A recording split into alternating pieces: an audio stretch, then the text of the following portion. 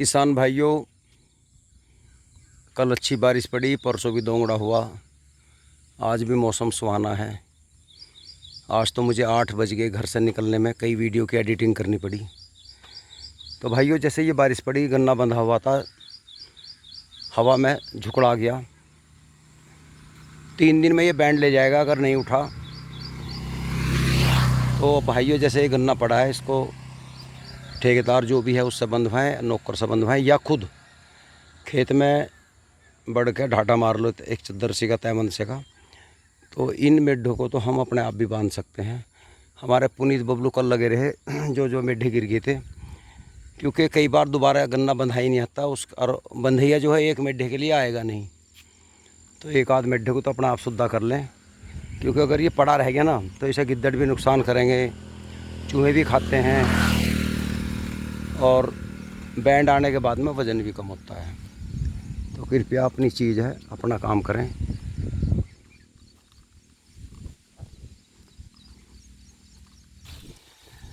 किसान भाइयों, 2022 में इलेक्शन है और राजनीति जोर पकड़ती जा रही है। मेरे किसान भाई इस बात का ध्यान रखें,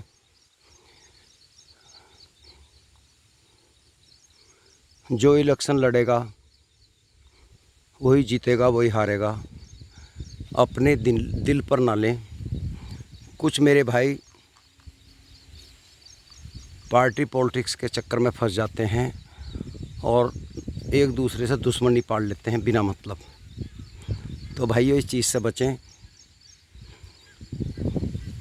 2 लड़ेंगे, एक तो गिरेगा ही। 10 लड़ेंगे, एक ही जीतेगा। चाहे 1 लड़ लो या 100 लड़ लो, जीत क्षेत्र में से एक की होती है। तो भाइयों, आपस में मन मुटाव ना करें। ये जितने भी पक्ष विपक्ष के नेता हैं, सब अच्छे प्रोग्राम में, शादी में आपस में मिलते हैं, हाथ मिलाते हैं। जिस तरह वकील लड़ाई लड़ते हैं, जिरह करते हैं, लेकिन बाहर निकलते ही दोस्ती का हाथ मिलाते हैं।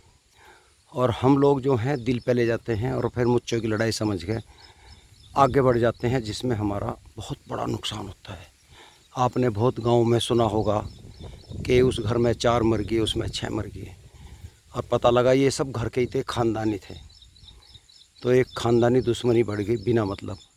और कहीं ना कहीं 2 कारण होते हैं। एक तो डोड़ा काटने का, ये हमारे किसानों में बहुत ख़तरनाक बीमारी है, डोड़ा काट की। अब जैसे ये चक्रोड है, ये 3 मीटर की होगी कागज़ों में, और ये मौके पे 2.5 मीटर है, तो ये भी कटी हुई है। कुछ किसान आपस में डोड़ा काटते हैं, डोड़े के ऊपर फौजदारी होती है और कत्लेआम होते हैं। बहुत जगह नाश हो लिया, ज़मीन वहीं, डोड़े वहीं, और लास्ट में वो ज़मीन बिक जाती है रंजिश के चक्कर में। और जो थर्ड पार्टी लेगी वो समझदार होती है, ख़रीदने वाला न, वो फैसला कर लेगा, भैया ले, मैं तुझे 1 फुट फालतू दे रहा हूँ, तू राड को निमटा। और दूसरी पार्टी थोड़ा सा उसका शुद्धा सा हो जा और वो राजी हो जा। तो भाई, इस थोड़े से लालच के चक्कर में ना रहो, ना देती पर डरो, ना लेती पर डरो, क्योंकि ये रंजिश अच्छी नहीं होती। हमें भगवान ने जन्म दिया है, अपने जीवन को सफल बनाएं, अपने बच्चों को भी ऐसा मौका दें कि वो हमारी तरह अपना जीवन पूरा जी सकें। इस रंजिश के चक्कर में हम तो बर्बाद होते हैं, हमारे बालक अनाथ हो जाते हैं। ये अच्छा संकेत नहीं है भाइयों। ऐसा माहौल बनाओ कि जो दूसरा भी सुखी रहे, मतलब जियो और जीने दो, ऐसी नीति अपनाओ। तो भाइयों, जिस घर में रंजिश हुई हैं, इतिहास गवाह है, आप जाकर देखो, उनके खेत खाली पड़े हैं, अढ़ावे हैं, डंगर चुग रहे हैं, लेकिन वो संगीन के साए में जी रहे हैं या घर में छुपे बैठे हैं। कितना ही बड़ा बदमाश हुआ, डर उसे भी लगता है। जिस तरह समाज डरता है बदमाश से, इसलिए बदमाश भी डरता है पुलिस से, इनकाउंटर के डर से उसे भी भय रहता है हर वक्त, और अपने दुश्मनों से। तो भैया, सबसे बढ़िया है परमात्मा का नाम लो और ईमानदार रहो। जो परमात्मा ने रास्ता बताया है उसी पे चलो, अच्छी बात सीखो, अच्छे संस्कार लो, अपने बच्चों को अच्छी बात बताओ। बच्चों को अगर हम ये कह रहे हैं कि दूसरी बिरादरी का, छोटी बिरादरी का राम राम ना करिए, तो समझ लो हम माइनस में जा रहे हैं अपने परिवार को लेकर। बिरादरी भूल जाओ, जो हमसे बड़ा है बच्चों से कहो भाई ये तो तेरा बाबा लगा है, तेरा ताऊ लगा है, उससे राम राम कर, तो वो बच्चा बचपन से ही राम राम सीख जाएगा।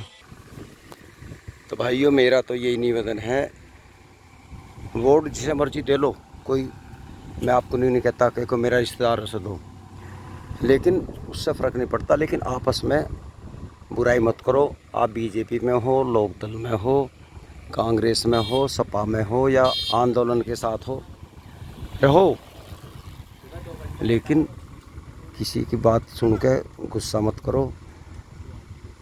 इस कान सुनो, इस कान निकाल दो। हमारा जीवन बहुत अनमोल है, इसे राजनीति में मत झोंको। ये मेरा तजुर्बा है। हमने भी गलतियां की है, जब युवावस्था में होते हैं आदमी, गलती इंसान से होती है। मैंने देखा जब भी इलेक्शन आए, लोगों में रंजिश हुई, मुकदमेबाजी हुई, पुलिस पीछे भागी, आपस में रंजिश बन गई, नेता हार गया, जीत गया, वो अपने घर बैठ गया, पैसा आपका लगा, परेशानी आपके घर वालों को हुई, आपको को हुई या हमारे को हुई, किसी ने आपका साथ नहीं दिया। राम राम भाई। आपके मोदी जी से संबंध हो डायरेक्ट और आप गुनाह कर दें तो मोदी जी आपकी सिफारिश नहीं कर पाएंगे, क्योंकि गलती हमने की है। जब हम गलत नहीं करेंगे तो हमें सिफारिश की ज़रूरत नहीं पड़ेगी। बिजली का बिल है, आ रहा है तो देना पड़ेगा।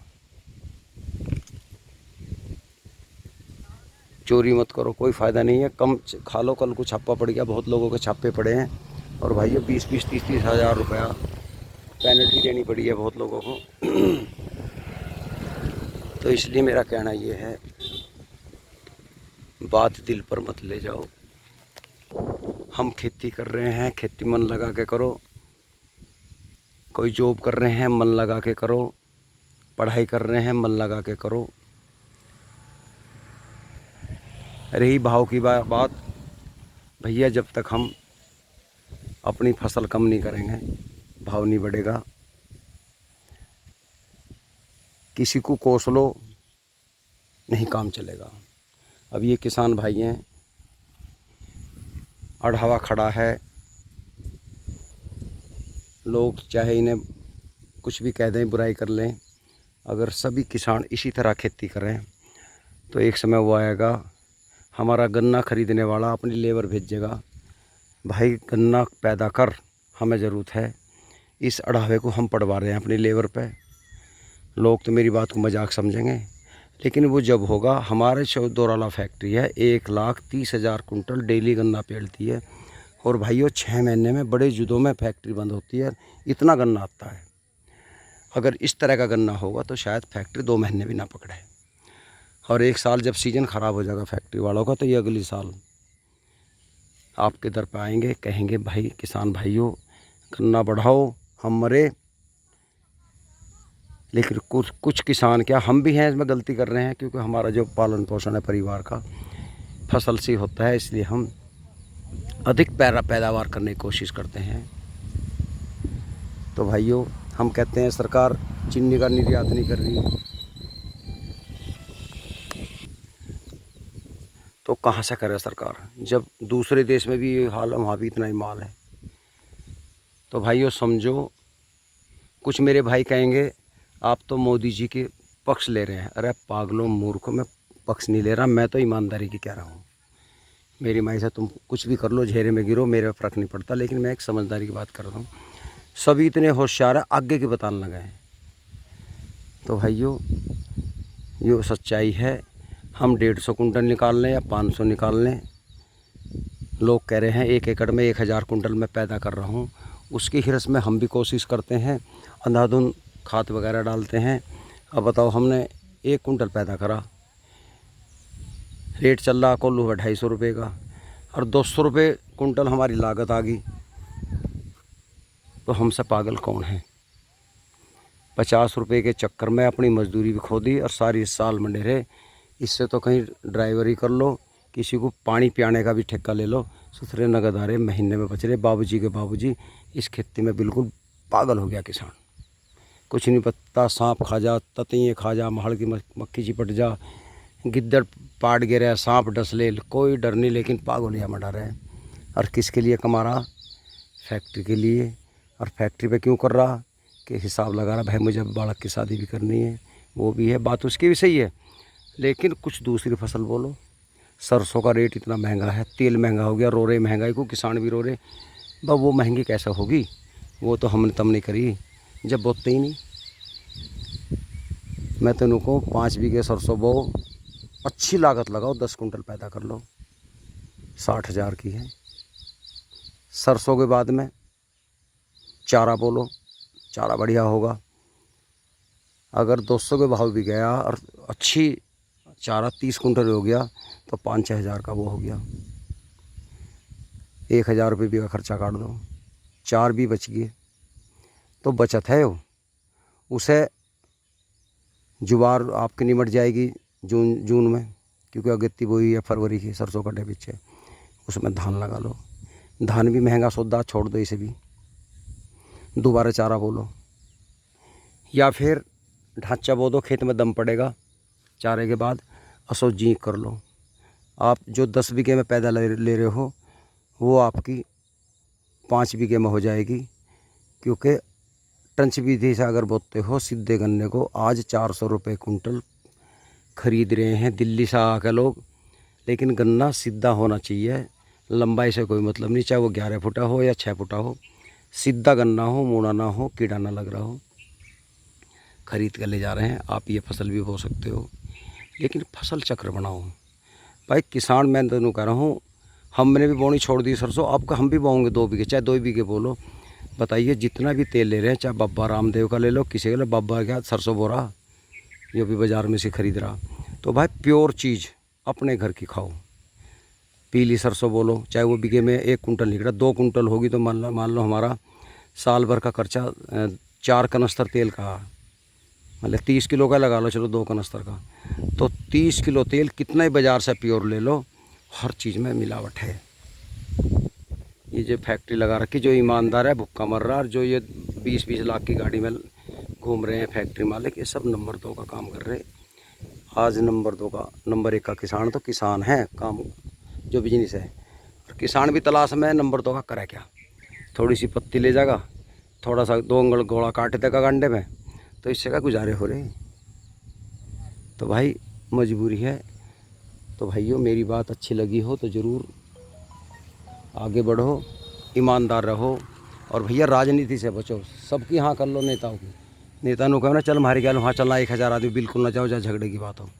थारी वीडियो बनेगी, चेहरे आ गए, कोई भी विधायक तुम्हारे जमानत नहीं करवाने का, वो भी अपने आपस को करवानी पड़ेगी, ना को 2 रुपये लगावे, लास्ट में पछताओगे। मेरी बात याद करना, ठीक है? साथ रहो, हमारे भी नेताओं से संबंध है, हम साथ हैं, वोट देते हैं, लेकिन हम उन्हें लड़ने बढ़ने में नहीं जानेंगे बिल्कुल भी, क्योंकि नेता लोग हमें लड़ा रहे हैं, भिड़ा रहे हैं, हमारा मूर्ख, हम मूर्ख बन रहे हैं। चाहे पक्ष का हो विपक्ष का हो, किसी के खिलाफ गलत नारे मत लगाओ, समझे जी? ये तो पार्टी पॉलिटिक्स चलती रहती है, तो भाइयों विवादों से बचो। कुछ मेरे भाई जो हैं नेताओं के, मंत्रियों के खिलाफ खुली बात कहते हैं, ऐसा मत कहो, अच्छा नहीं लगता। सरकार के खिलाफ जो बोलेगा, प्रशासन उसके खिलाफ सख्त कार्रवाई करता है, फिर फंस जाओगे, रोते हो, गिड़गिड़ाते हो। ऐसी नौबती मत लो, सभ्य बोलो, कोई फ़र्क नहीं है। आपको जो करना करो, लेकिन ईमानदार, और कानून को समझो, कानून हाथ में मत लो। नमस्कार।